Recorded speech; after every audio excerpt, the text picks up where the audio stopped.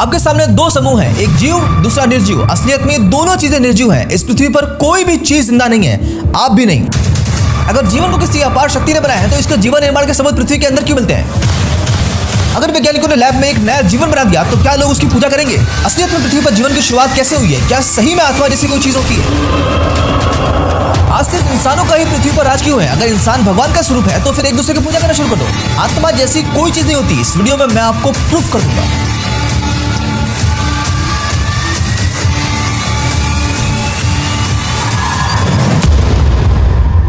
अगर मैं आपसे पूछूं कि जीव और निर्जीव में क्या अंतर है तो आपका एक ऑब्वियस जवाब होगा, वो चीज जो चल फिर सकती है, बढ़ सकती है, अपनी प्रजाति को बढ़ा सकती है, जीने के लिए विकसित हो सकती है, वो जीवन है। और जो ये सब चीजें नहीं कर सकती वो निर्जीव।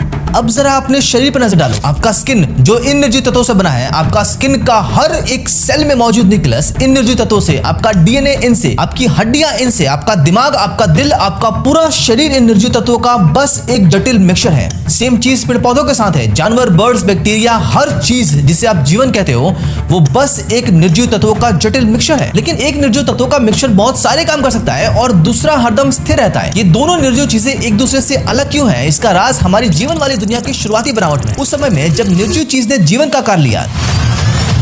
नाउ पृथ्वी पर पहला जीवन कैसे आया, इससे लेकर दो अलग अलग नजरिए हैं, रिलीजन और साइंटिफिक। मैं आपको धार्मिक बुक और साइंटिफिक रिसर्च पढ़कर दोनों की रिपोर्ट आपके सामने रखूंगा। आपको किसे और कितना मानना है ये आपके ऊपर है। इस वीडियो में मेरा खुद का कोई ओपिनियन नहीं है। डिस्क्रिप्शन में लिंक है, आप एक बार जाकर वेरीफाई जरूर करना। इस वीडियो में मैंने भगवान शब्द हर धर्म के भगवान के लिए यूज किया है। नाउ जीवन के निर्माण को लेकर अब्राहमिक रिलीजन, जिसमें जुडाइज्म, क्रिश्चियनिटी, इस्लाम और ये सारे धर्म आते हैं, इनमें बहुत सारी सिमिलरिटीज हैं। ये सारे धर्म अपना धार्मिक स्रोत डायरेक्टली या इनडायरेक्टली प्रॉफिट अब्राहम को मानते हैं। प्रॉफिट अब्राहम को भगवान से इंस्ट्रक्शन मिलती थी जिससे उन्होंने मोनोथिज्म यानी एक भगवान को मानने वाली बिलीफ की स्थापना करी। क्रिश्चियनिटी में बाइबल की पहली book the book of genesis में इसका जिक्र मिलता है। जेनेसिस के चैप्टर 1 में 6 दिन के निर्माण की बात की गई है। पहले दिन भगवान स्वर्ग और पृथ्वी बनाते हैं। अब पृथ्वी निराकार और खाली है, गहरे पानी के ऊपर अंधेरा है और उसके ऊपर भगवान की आत्मा मंडरा रही है। भगवान ने देखा कि उजाला अच्छा है तो उन्होंने उजाले को अंधेरे से अलग कर दिया। उजाले को भगवान ने दिन कहा और अंधेरे को रात, फिर शाम हुई और ऐसे ही सुबह। दूसरे दिन भगवान ने पानी को 2 हिस्सों में बांट दिया। ऊपर वाले हिस्से को भगवान ने आकाश कहा। तीसरे दिन भगवान ने कहा कि आकाश के नीचे वाला पानी एक जगह इकट्ठा हो जाए, सूखा मैदान दिखाई दे। इस सूखे मैदान को भगवान ने जमीन और पानी को समुद्र नाम दिया। फिर भगवान ने जमीन पर उगने वाले वनस्पति, बीज देने वाले पौधे, बीज के साथ फल देने वाले पेड़ों को बनाया। चौथे दिन भगवान ने सूरज, चंद्रमा और तारों को बनाया जिससे दिन, मौसम और वर्ष की स्थापना हुई। पांचवें दिन भगवान ने समुद्र में रहने वाले जीव जंतु और आसमान में उड़ने वाले पक्षियों को बनाया। छठे दिन भगवान ने जमीन पर रहने वाले जीव जंतुओं को बनाया। उसके बाद भगवान ने धरती की धूल से आदमी को बनाया और उसमें जान डाल दी। उस आदमी को भगवान ने एडम नाम दिया। एडम को सारे जीवों पर हावी होने की क्षमता दी। उसके बाद भगवान ने ईडन नामक बगीचा बोया जहां उन्होंने एडम को जीव जंतुओं के देखभाल के लिए रखा। इस बगीचे में 2 अनोखे पेड़ थे,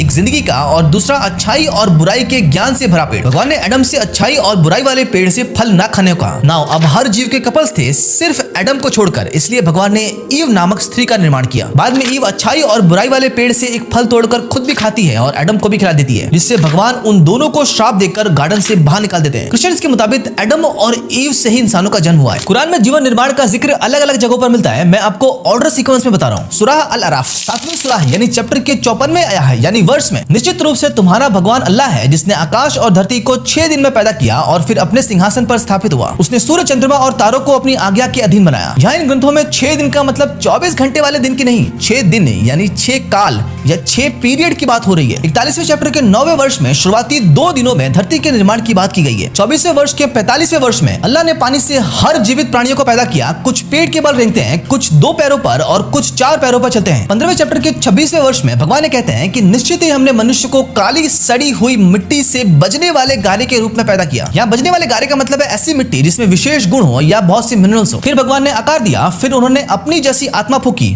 फिर उन्होंने सुनने, देखने और सोचने की बुद्धि दी। फिर भगवान की उसी आत्मा से उसके साथी यानी मेट का निर्माण हुआ। इन सारे धर्मों में भी जीवन निर्माण की स्टोरीज ऑलमोस्ट सेम है। इनमें भी 6 दिन के निर्माण का जिक्र है। अगर आपको यकीन नहीं होता तो डिस्क्रिप्शन में लिंक है, आप एक बार जाकर वेरीफाई जरूर करना। अब आते हैं हिंदुइज्म में। हिंदुइज्म में ब्रह्मा वो है जो दुनिया को बनाते हैं, विष्णु वो जो इसका अनुरक्षण करते हैं और शिव वो जो इन सब का विनाश करते हैं ताकि वापस ब्रह्मा का निर्माण हो, वापस दुनिया बने, एक समय के बाद वापस दुनिया का अंत हो और ये साइकिल चलता रहे। हिंदुइज्म में जीवन निर्माण के बहुत से स्वरूप हैं। श्रीमद् भागवतम में कैंटो 3 के चैप्टर 8 में ब्रह्मा नारद को बता रहे हैं कि कैसे भगवान विष्णु की नाभि से कमल की उत्पत्ति हुई और वही कमल ब्रह्मा का जन्म स्थल है। जन्म के बाद ब्रह्मा कंफ्यूज होकर अपने आसपास देखते हैं और उन्हें हर जगह अंधेरा दिखाई देता है। फिर वो ध्यान ध्यान लगाते हैं और उन्हें उनके जन्म का उद्देश्य पता चलता है। इस लंबे ध्यान से ही उन्हें ज्ञान और शक्ति मिलती है। फिर वो 3 कमल की पंखुड़ियों से स्वर्ग, भूमि और नर्क बनाते हैं। ऋग्वेद के नक्षत्र सूक्ता में हिरण्यगर्भा से ब्रह्मांड के निर्माण की बात की गई है, जहाँ एक सोने के गर्भ या अंडे के टूटने से ब्रह्मांड की उत्पत्ति होती है। ब्रह्मा जन्म लेते हैं और वो पूरे ब्रह्मांड और जीवन को बनाते हैं। हिंदुइज्म में ब्रह्मांड के निर्माण और जीवन के निर्माण को लेकर और भी बहुत सारी स्टोरीज हैं। कुछ के मुताबिक ये अलग अलग स्टोरीज हमारे पीछे जन्मे ब्रह्मांड की कहानियां हैं। कुछ बुक्स जैसे श्रीमद् भगवतम जो अलग अलग ब्रह्मा यानी ब्रह्मांड का जिक्र करती हैं,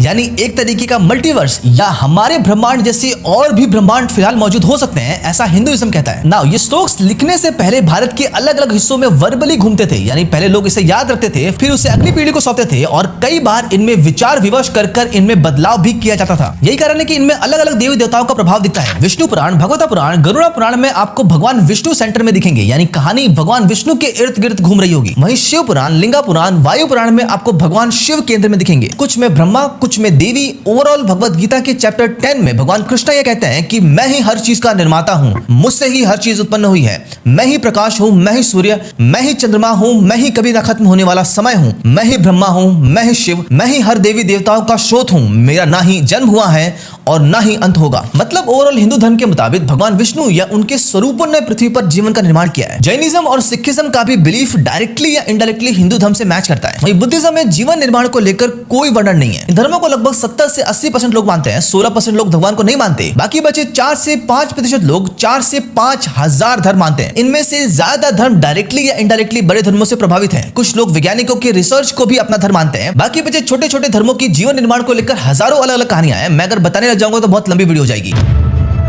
इनमें से ऑलमोस्ट सारे धर्मों में आत्मा का जिक्र मिलता है, लेकिन आत्मा क्या है और किसमें है, इससे लेकर अलग अलग धर्मों के अलग अलग नजरिए हैं। हिंदू धर्म के मुताबिक चाहे वो इंसान हो, जानवर हो, कीड़ा हो, सूक्ष्म जीव हो, सब में आत्मा है और सब में एक जैसी आत्मा है। जो चीज आत्मा या जीवन को फूलने फलने देती है उसकी पूजा की जाती है, चाहे वो पहाड़ हो, नदियां हो, सूर्य हो, जमीन हो या कोई और चीज। सनातनी क्रिश्चियंस मानते हैं कि भगवान ने इंसानों को अपनी छवि के हिसाब से बनाया है, इसलिए इंसानों की आत्मा बाकी जीवों के मुताबिक यूनिक है। इस बात पर इस्लाम की भी विचारधारा मैच करती है। वहीं कुछ मॉडर्न क्रिश्चियंस यूनिक आत्मा का दर्जा कुछ जानवरों को भी देते हैं। विज्ञान आत्मा और धर्म को नहीं मानता। अजीब सी बात यह है कि ज्यादातर धर्म के सो कॉल्ड ज्ञानी लोग धर्म और विज्ञान को मिलाकर अपने ओपिनियन को लोगों के सामने रखते हैं, जो इवेंचुअली लोगों में अंधविश्वास और मिस इन्फॉर्मेशन का कारण बनता है। The soul is the essence of the human body. Navigating how to fight for relationship and love people well. नहीं कोई कितना अच्छा रोबोट बना है जो कि बड़े ही स्किल्ड हो, लेकिन इनके अंदर फीलिंग्स और इमोशंस नहीं होते। ये एक और प्रूफ है कि आत्मा तो होती है। इसकी सच्चाई जानने के लिए 1950 में न्यूरोसर्जन डॉक्टर विंडर पेनीफील्ड ने अपने पेशेंट्स के दिमाग के अलग अलग हिस्सों में इलेक्ट्रिकल स्टिमुलेशंस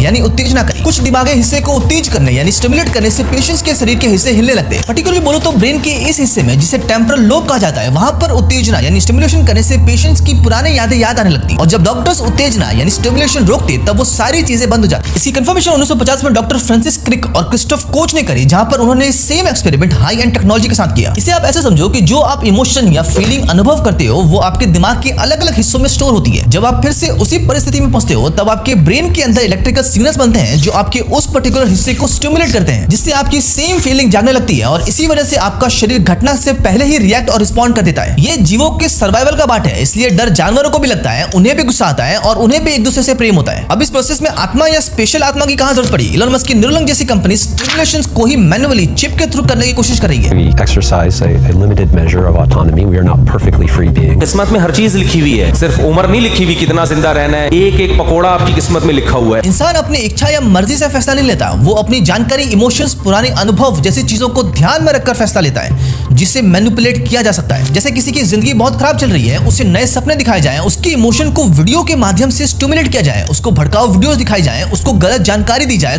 तो वो अपने पूरे होशो हवास में गलत ही फैसला लेगा। ये तकनीक ऑलमोस्ट सारे पॉलिटिशियन, टेररिस्ट ऑर्गेनाइजेशन और एडवर्टाइजमेंट कंपनीज यूज करती हैं। नाउ कुछ धर्म ये भी मानते हैं कि बुद्धि और क्रिएटिविटी सिर्फ इंसानों में है और आत्मा की वजह से, मगर ये दोनों चीजें जानवरों में भी कॉमन है, बस उनमें उसकी मात्रा कम है। ये सारे emotions, feelings, creativity, smartness survival का पार्ट है जिसने हमें करोड़ों सालों से जिंदा रखा है। An out-of-body experience. Out-of-body experience. 1982 में अमेरिकन पॉपुलेशन पर हुए रिसर्च में वैज्ञानिकों ने पाया कि 5% अमेरिकन पॉपुलेशन ने जिंदगी में एक बार अपने शरीर के बाहर निकलना महसूस किया है। 1978 के हार्लेंडसन स्टडी में नंबर 10% निकल कर आता है। डीप मेडिटेशन करने वाले या आध्यात्मिक लोगों में ये नंबर ज्यादा है। न्यूरोलॉजिकल वैज्ञानिकों ने पाया कि ब्रेन के टेम्पोरोपेलेटियल जंक्शंस जो usually smell, touch, vision vision, hearing, taste, body का बैलेंस, दिशा और बॉडी की जगह जैसी चीजों को मैनेज करता है। अगर उसमें उत्तेजना यानी स्टिमुलेशन की जाए तो इंसान को तैरने या अपने आप को बाहर से देखने का एहसास होता है। कुछ हद तक सिमिलर चीज स्लीप पैरालिसिस के दौरान भी होती है। गहरी नींद से अचानक उठने के बाद आप कुछ सेकंड तक अपने शरीर को हिला नहीं पाते। ऐसा इसलिए क्योंकि सोने और जागने के दौरान आपका दिमाग अलग अलग तरीके से काम करता है। डीप मेडिटेशन में ये दोनों चीजें मिक्स हो जाती है, इसलिए हमें शरीर के बाहर होने या तैरने का हेलुसिनेशन होता है। ये मिक्सर स्ट्रेस और स्ट्रोमा के दौरान भी होता है।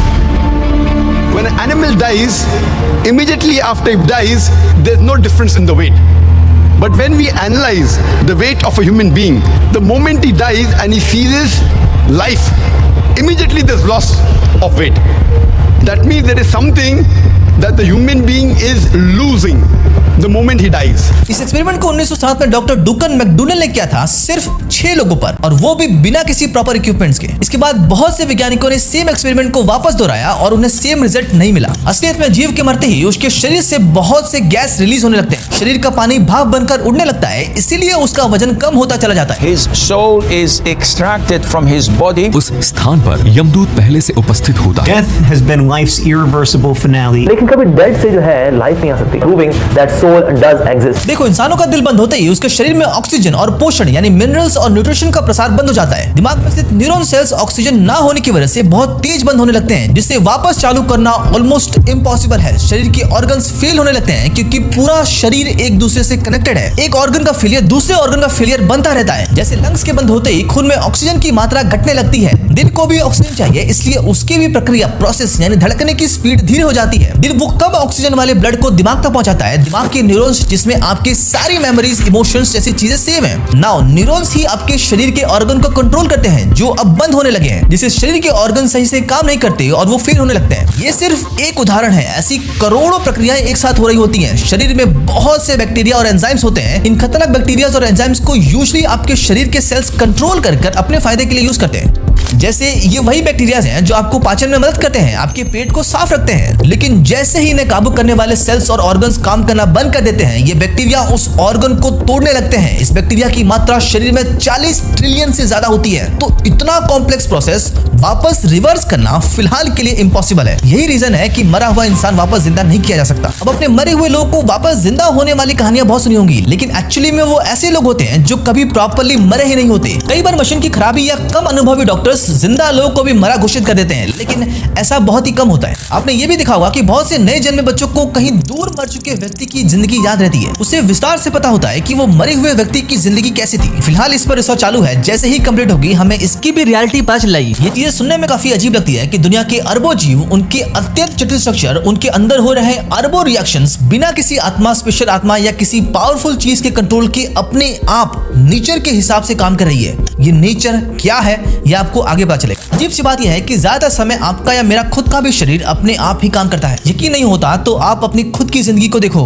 आपको क्या लगता है आपका खुद का शरीर आपके हिसाब से काम करता है? ये लेटेस्ट डेटा है एवरेज 69 साल तक जीने वाले इंसानों का, जिसमें 33 साल इंसान सिर्फ सोने में गुजारता है। प्रिसाइज बोलो तो 26 साल एक्चुअल सोने में और 7 साल सोने से पहले और बाद में बस ऐसे ही लेटे लेटे। अराउंड 13 साल हम काम करते हैं। स्क्रीन टाइम या एंटरटेनमेंट अराउंड 11 साल के आसपास है। ये पर्सन टू पर्सन आगे पीछे हो सकता है। अराउंड 4.5 साल खाने में, 3 महीने के आसपास घूमने या सोशलाइज करने में, और बाकी का डेटा ये रहा। अगर आपने नोटिस किया हो, इनमें से ज्यादातर चीजें आप खुद करते ही नहीं हो। आपके शरीर के सेल्स को हर कुछ समय में रिपेयर की जरूरत होती है, इसलिए आपके दिमाग में स्थित सुप्राक्वेस्मेटिक नामक पार्ट आपके शरीर में ऐसे हार्मोन्स रिलीज करवाता है जिससे आपके शरीर का तापमान गिरता है, कोई भी काम करने में दिक्कत लगती है और आप सब कुछ छोड़ छाड़ कर सो जाते हो। जब आपके सेल्स को ऊर्जा की जरूरत होती है तब वो ऐसे हार्मोन्स रिलीज करवाते हैं जिससे आप सब कुछ छोड़ छाड़ कर खाने की तलाश में लग जाते हो। सेम चीज प्यास, यूरिनेशन, रोमांटिक या सेक्सुअल अट्रैक्शन या इवन काम के दौरान भी होती है, ताकि आपके शरीर की बेसिक नीड्स पूरी हो सके। इस प्रोसेस को सस्टेंस एक्टिविटी कहा जाता है, यानी ये वो प्रक्रिया है जो आपका शरीर आपसे करवाता है ताकि आप सिर्फ जिंदा रह सको। नाउ आपकी जिंदगी का कितना समय सब्सटेंस एक्टिविटीज में गुजर रहा है ये आगे पीछे हो सकता है। एक किसान या मजदूर अपना ज्यादा समय काम करने में गुजारता है। मेहनत की वजह से वो ज्यादा खाता है, लंबा जाता है और उसे नींद भी ज्यादा आती है। वो इतना ही कमाता है जिससे उसकी सिर्फ बेसिक नीड्स पूरी हो सके, इसलिए उसकी ज्यादा जिंदगी सिर्फ उसको जिंदा रखने में गुजर जाती है। एक सैलेड व्यक्ति की उससे कम जिंदगी और बिजनेसमैन की उससे से भी कम। ये नंबर पर्सन टू पर्सन आगे पीछे हो सकता है, आप अपना खुद का निकाल कर एक बार चेक कर लेना। ये एक रफली एस्टिमेटेड डेटा है इंसानों और जानवरों का। इस कॉमन प्रक्रिया में इंसानों के आसपास आपको बहुत से जानवर मिलेंगे। इंसान बहुत ज्यादा यूनिक नहीं है। हजारों सालों पहले हमारी परिस्थितियां ऐसी थी कि हमारी बुद्धि पर निर्भरता बढ़ती गई, इसलिए हमारा वो हिस्सा विकसित होता चला गया। एक समुद्र में रहने वाला मेंटिस श्रिम्प दुनिया के किसी भी जीव से ज्यादा कलर देख सकता है, क्योंकि ये यूनिकनेस ही उसे गहरे पानी में जिंदा रखती है। गोस्ट फिश जिसका हर अंग ट्रांसपेरेंट है, इसी वजह से वो शिकारियों से बच पाता है। दुनिया का हर जीव एक दूसरे से यूनिक है,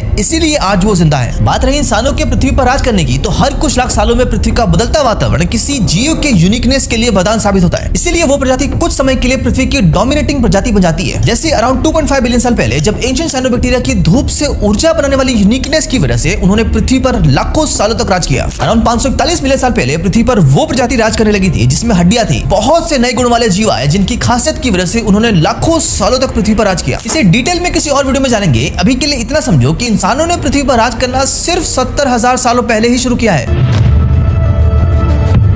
सच्चाई यह है कि जीव और निर्जीव में कोई बहुत ज्यादा अंतर नहीं है, बस जीव की बनावट ही ऐसी है कि उसमें अरबों गुण वाली चीजें हैं। जब ये अरबों गुण वाली चीजें एक साथ काम करती हैं, तब इसमें रिएक्शंस होते हैं जिससे हम जिंदा रहना कहते हैं। उदाहरण के तौर पर हाइड्रोजन और ऑक्सीजन दो अलग अलग तत्व हैं, यानी एलिमेंट्स हैं, यानी ये ब्रह्मांड में नेचुरली मौजूद है। अगर हाइड्रोजन और ऑक्सीजन को अलग अलग एक रूम में रखा जाए तो ये दोनों उड़ जाएंगे, क्योंकि ये दोनों गैस हैं। लेकिन अगर हाइड्रोजन और ऑक्सीजन को मिला दिया जाए तो एक नई गुण वाली चीज का निर्माण होगा, जिससे हम पानी कहते हैं। यहाँ हाइड्रोजन और ऑक्सीजन के खुद के अपने कुछ गुण हैं, लेकिन इन दोनों के मिलने से एक नई गुण वाली चीज बनी है जिसे हम पानी कहते हैं। वो ना ही रूम में तुरंत उड़ेगा, वो तरल यानी लिक्विड रूप में होगा, और ना ही उसमें जल्दी आग लगेगी। इनमें से कोई भी खासियत ना ही हाइड्रोजन में है और ना ही ऑक्सीजन में, लेकिन इन दोनों के मिश्रण में है। इसी नई गुण वाली चीज को कंपाउंड कहा जाता है। अब अगर इस नए बने कंपाउंड में कुछ और चीज ऐड कर दी जाए तो एक नई गुण वाली चीज बनेगी जिसका गुण इन सबसे यूनिक होगा। अब ऐसी जितनी चीजें मिलेंगी और जिसके साथ मिलेंगी उतने अलग अलग प्रकार की यूनिक गुण वाले कंपाउंड का निर्माण होता रहेगा। आप, मैं, दुनिया का हर एक जीव इसी से बना है। एग्जाम्पल के तौर पर आपकी चमड़ी जो इन एलिमेंट से बने कंपाउंड और फिर उनके जटिल मिक्सचर से बनी है। ये बहुत कॉम्प्लिकेटेड प्रोसेस है, मैं आपको बहुत इजीली बता रहा हूँ। यहाँ जो हमारा मिक्सचर बना जिसे हम स्किन कहते हैं, उसकी ये खूबियां हैं, लेकिन इसके पास खुद की ऊर्जा नहीं है। ये काम ब्लड के सेल्स करते हैं। ये भी कंपाउंड ही है, लेकिन इसकी ये खासियत है, ब्लड के सेल्स को जिंदा रहने के लिए ऑक्सीजन और मिनरल्स चाहिए, जो आपके फेफड़े और आंतें के सेल्स करते हैं। फेफड़े को जिंदा रहने के लिए इन सब चीजों की जरूरत है जो कोई और सेल्स करता है। ऐसे ही शरीर के पूरे सेल्स एक दूसरे से डिपेंडेंट है, यानी ये सब सेल्स जो यूजुअली कंपाउंड हैं, वो अपने आकार को जिंदा रखने के लिए एक दूसरे पर डिपेंडेंट हैं, ताकि वो इस वातावरण के अंदर उनका आकार सरवाइव कर सके। अब यहाँ पर ये सोचकर या इनमें बुद्धि नहीं है, यहाँ पर गुण की बात हो रही है। यानी एक सेल के अंदर कोई गुण है जो किसी और के साथ शेयर हो रहा है, उसका गुण किसी और के साथ शेयर हो रहा है, और जब ये चीजें इंटरडिपेंडेंट हो जाती है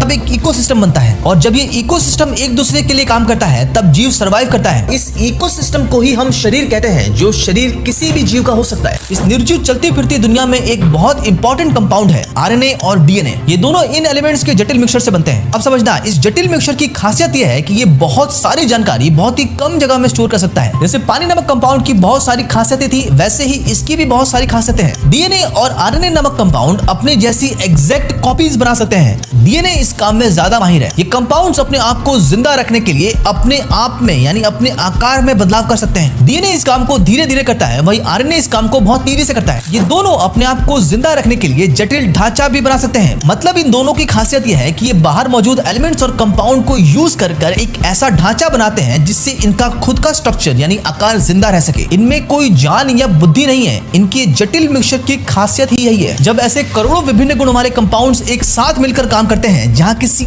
एक का स्पेशल गुण किसी दूसरे के लिए जरूरत बनता है, जब ये साइकिल चलता रहता है तब उसके आकार में मूवमेंट होती है। ऊर्जा की कमी होने पर भूख लगने वाले हिस्से एक्टिवेट हो जाते हैं, थकान होने पर रिलैक्स होने वाले। ये साइकिल टूटते ही जीव फिर निर्जीव बन जाता है, जिसे हम मरना कहते हैं। ये इतनी सारी गुण वाली चीजें यानी कंपाउंड्स एक साथ मिलकर इतने परफेक्टली एक साइकिल कैसे बनाते हैं, इसे समझने के लिए हमें इंसान का निर्माण देखना होगा, जो उसकी माँ के अंदर होता है। मेल के स्पर्म और फीमेल के ओवम में ओवरऑल जीवन निर्माण की जानकारी होती है, यानी उसमें डीएनए होता है, यानी शरीर का ब्लूप्रिंट होता है कि उसे शरीर को कैसे बनाना है। स्पर्म और ओवम के मिलने से ये प्रोसेस शुरू होती है। इस प्रोसेस में फीमेल का शरीर सबसे ज्यादा मदद करता है। वो ऐसा इकोसिस्टम या एनवायरनमेंट और वो सारे कंपाउंड देता है जहाँ पर ये जटिल ढांचा तैयार हो सके। पूरी तरह से तैयार होने के बाद वो नया बना सिस्टम उस सिस्टम से बाहर आ जाता है, जिसे हम बर्थ या जन्म लेना कहते हैं।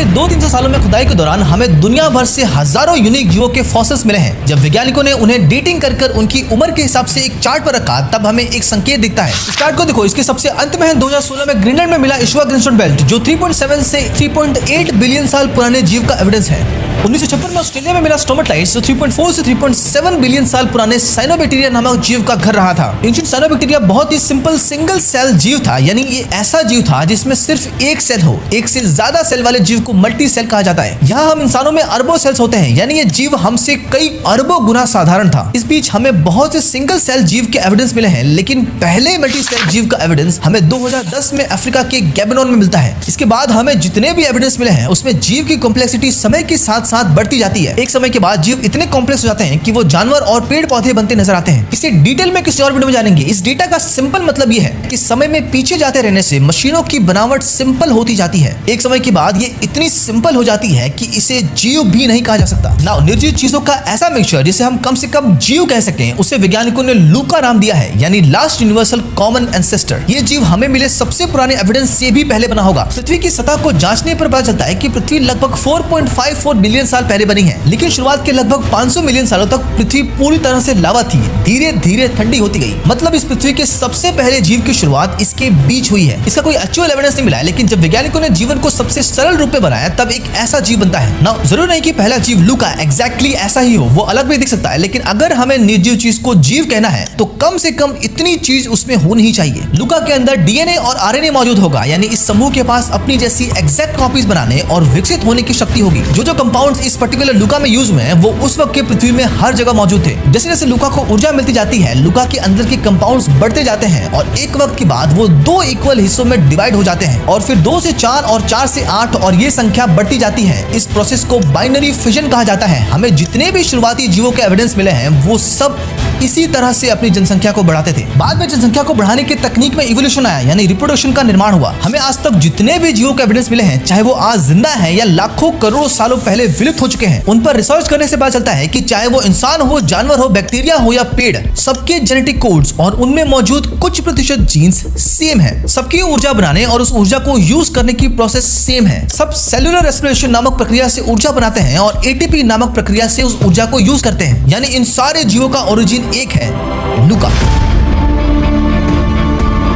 शुरुआत में हम सबके कॉमन एंसेस्टर यानी लूका जैसे करोड़ों कॉम्बिनेशंस बने होंगे। हो सकता है कि उनमें से बहुत से कॉम्बिनेशंस लूका की तरह विकसित भी हुए हों, लेकिन उस वक्त के बदलते वातावरण को सिर्फ एक कॉम्बिनेशन ही झेल पाया, जिसे हमने लूका नाम दिया है। इन फेल कॉम्बिनेशंस को फूका कहा जाता है, यानी first universal common ancestors. Now लूका जैसा सिंपल कॉम्बिनेशन पृथ्वी के अंदर भी बन सकता है और पृथ्वी के बाहर भी, यानी किसी और ग्रह पर, किसी और स्पेस में, किसी और सोलर सिस्टम में। जिन वैज्ञानिकों को जीवन निर्माण के सबूत पृथ्वी के बाहर मिलते हैं, उनकी रिसर्च को पेंस्पर्मिया हाइपोथेसिस कहा जाता है, और जिन वैज्ञानिकों को जीवन निर्माण के सबूत पृथ्वी के अंदर मिलते हैं, उनकी रिसर्च को एंडोजिनस हाइपोथेसिस। यहाँ पेंस्पर्मिया में पेन का मतलब सब और स्पर्मिया का मतलब ब्रह्मांड है, यानी इसके मुताबिक जीवन ब्रह्मांड में हर जगह है। Meteor, asteroid, comet, radio frequency, alien अगर है तो उनसे जीवन बाकी जगहों पर फैलता है। जिस जगह जीवन को पनपने जैसा वातावरण मिलता है, वहां जीवन पनप जाता है। दूसरे, एंडोजिनस का मतलब पृथ्वी के अंदर हुए किसी रिएक्शन की वजह से जीवन का निर्माण होना। हमें अब तक जो भी सबूत मिले हैं, इसके मुताबिक ये दोनों हाइपोथेसिस सही हो सकते हैं। नाउ ज्यादातर आर्टिकल्स में आपको पेंस्पर्मिया और एंडोजिनस के आगे थ्योरी शब्द दिखेगा, लेकिन ये सच नहीं है। इस दुनिया में कोई भी थ्योरी बनने से पहले वो हाइपोथेसिस होती है, यानी परिकल्पना। जब वैज्ञानिकों को सबूत मिलते हैं, तब दुनिया भर के लाखों वैज्ञानिक एक इमेजिनरी दुनिया बनाते हैं। जैसे जैसे रिसर्च बढ़ती जाती है, वैसे ही कुछ इमेजिनरी दुनिया ही सही निकलती है। इस इमेजिनरी दुनिया को ही हाइपोथेसिस कहा जाता है। फाइनली जो सबसे एक्यूरेट होता है, वो हाइपोथेसिस से थ्योरी बनता है। इन दोनों ग्रुप्स में जीवन पनपने को लेकर बहुत सारे हाइपोथेसिस हैं। जिस हाइपोथेसिस का सबसे ज्यादा पॉजिटिव रिजल्ट है, उसका साइज हमने बड़ा रखा है। ओके, सो हमारे पहले पेंस्पर्मिया हाइपोथेसिस के मुताबिक जीवन ब्रह्मांड में हर जगह है। इसके संकेत हमें 1969 की ऑस्ट्रेलिया में मिले मोटिटन मेट्रॉइड से मिलता है। ये किसी मर चुके तारे का टुकड़ा है जो 7 बिलियन साल पुराना है, यानी हमारी पृथ्वी से 2.5 बिलियन साल पुराना। अजीब सी बात यह है कि इस छोटे से टुकड़े में 40,000 से ज्यादा कंपाउंड्स हैं। यानी अगर ऐसा कोई उल्का पिंड सही वातावरण वाले ग्रह पर गिरता है, तो वहां जीवन पनपने की बहुत ज्यादा संभावना है। इस पूरे प्रक्रिया को नेक्रोपेंस्पर्मिया कहते हैं, जहां सफर के दौरान जीवन जिंदा नहीं रहता, लेकिन उसके जेनेटिक मटेरियल्स जैसे डीएनए, आरएनए, प्रोटीन्स जैसी चीजें सुरक्षित रहते हैं। जैसे ही वो उल्का पिंड किसी ग्रह पर गिरता है, वो जेनेटिक मटेरियल्स एक्टिवेट हो जाते हैं। वातावरण सही मिला तो जीवन पनप सकता है और ना मिला तो कुछ नहीं। लेकिन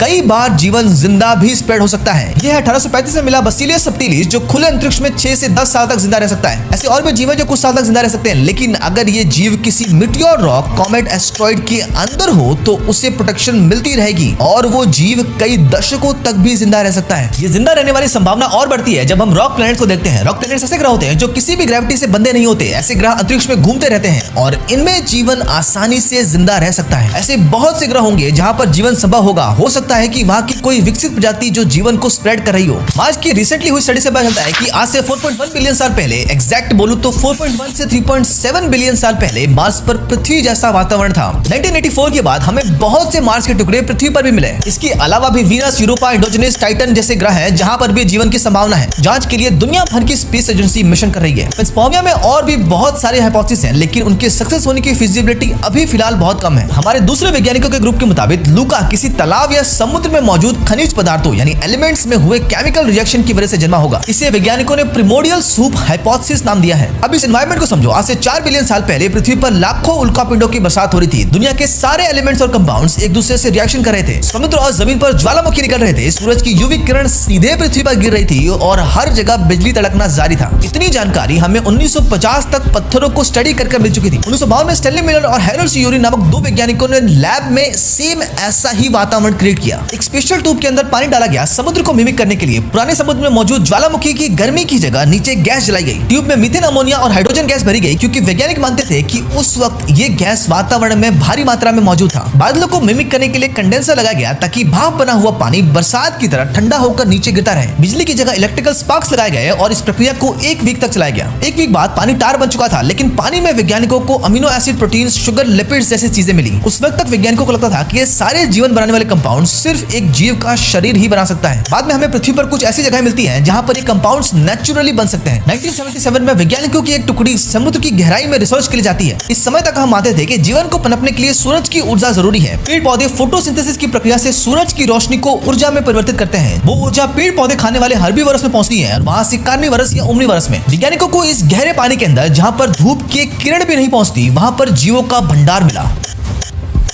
ये जीव केमियोसिंथेसिस नामक प्रक्रिया से जिंदा रहते हैं। आमतौर पर समुद्र में बहुत सी जगहों पर अंदर की ज्वालामुखी छोटी छोटी जगहों से बाहर निकलती है। इन लावा में ऐसे छोटे छोटे कंपाउंड्स होते हैं जिसे खाकर यहाँ पर रहने वाले जीव जिंदा रहते हैं। हमें जितने भी सबसे पुराने जीवों के फॉसिल्स मिले हैं वो यही के हैं। आज भी इस जगह पर पृथ्वी के सबसे सिंपल और सबसे पुराने जीव पाए जाते हैं। पृथ्वी पर इनके अलावा इन जगहों पर भी जीवन को बनाने वाले या जीवन को जिंदा रखने वाले कंपाउंड्स रैंडमली बनते हैं। नाउ इन सारी जगहों पर नेचुरली जीवन कैसे बन सकता है, इसका राज 2 सबसे महत्वपूर्ण कंपाउंड्स में है। आरएनए, डीएनए को आप बुद्धिमान इंसान समझ सकते हो जो काम करने से ज्यादा करवाने में एक्सपर्ट है। प्रोटीन को आप एक तरीके का मोटिवेशनल स्पीकर कह सकते हो। उसमें वो एनर्जी है जो किसी भी काम को तेज कर देती है। नाउ आरएनए के सरल आकार की वजह से ये कंपाउंड डीएनए के मुताबिक जल्दी बन सकता है और ये कंपाउंड हमने लैब में भी तैयार किया है। इसकी अनोखी बात यह है कि इसके आकार को बदलते ही इसकी खासियत बदल जाती है। अगर इसका एक आकार दूसरे अलग अलग कंपाउंड्स को मिलाकर एक कंपाउंड बना सकता है तो इसका दूसरा आकार उन्हें तोड़कर 1 से 2 भी कर सकता है। ये कंपाउंड परिस्थिति यानी एनवायरनमेंट के हिसाब से इवॉल्व होकर कॉम्प्लेक्स होता चला जाता है। जब वो ढांचा सर्वाइव करने के लिए सक्षम नहीं होता तब वो उसमें बदलाव करता है। अब समझे जीवों में इवोल्यूशन क्यों होता है। जब वैज्ञानिकों ने लैब में आरएनए को बनाया तब बहुत से अलग अलग प्रकार के आरएनए बने जिनके अलग अलग गुण थे। यानी निर्माण के समय बहुत से अलग अलग प्रकार के अलग अलग गुण वाले आरएनए बने होंगे। यहाँ अलग अलग आरएनए की अलग अलग स्पेशलिटी होगी। उस वक्त पृथ्वी बहुत तेजी से बदल रही थी। जो आरएनए सबसे जल्दी विकसित होगा, जितना असरदार ढांचा बनाएगा और जितनी कॉपीज तैयार करेगा, उतना उसके सर्वाइव करने के चांसेस बढ़ेंगे। इस दौरान बहुत से स्ट्रक्चर्स कंबाइन हुए होंगे। जब अलग अलग गुण वाले स्ट्रक्चर्स जीने के लिए अपने गुण को एक दूसरे के साथ शेयर करते हैं तब उनके जीने की प्रोबेबिलिटी बढ़ती है। इनमें से ही कोई एक ऐसा स्ट्रक्चर होगा जो विकसित होकर डीएनए बना होगा। इन बहुत सी कॉम्बिनेशन में से रैंडमली एक विकसित आरएनए जिसे हम डीएनए कहते हैं और आरएनए का एक ऐसा कॉम्बिनेशन होगा जो सर्वाइव कर पाया। ना इस प्रोसेस में प्रोटीन का भी बहुत बड़ा रोल हो सकता है। जैसे किसी रैंडम आरएनए ने प्रोटीन नामक कंपाउंड को सबसे ज्यादा यूज किया जिससे उसकी ऊर्जा बढ़ती गई, जिससे उसे बाकियों से ज्यादा ऊर्जा मिली होगी। वो जल्दी इवॉल्व हुआ होगा, ज्यादा कॉपीज बना सकता होगा और हो सकता है कि इसी कॉम्बिनेशन की वजह से लूका बाकियों से जल्दी इवॉल्व कर पाया। इसके अलावा और भी बहुत सारे हाइपोथेसिस हैं लेकिन उनके सक्सेस होने के चांसेस फिलहाल कम है। फाइनली वीडियो के डिस्क्रिप्शन में सारे सोर्सेज के लिंक हैं, आप एक बार जाकर वेरीफाई जरूर करना।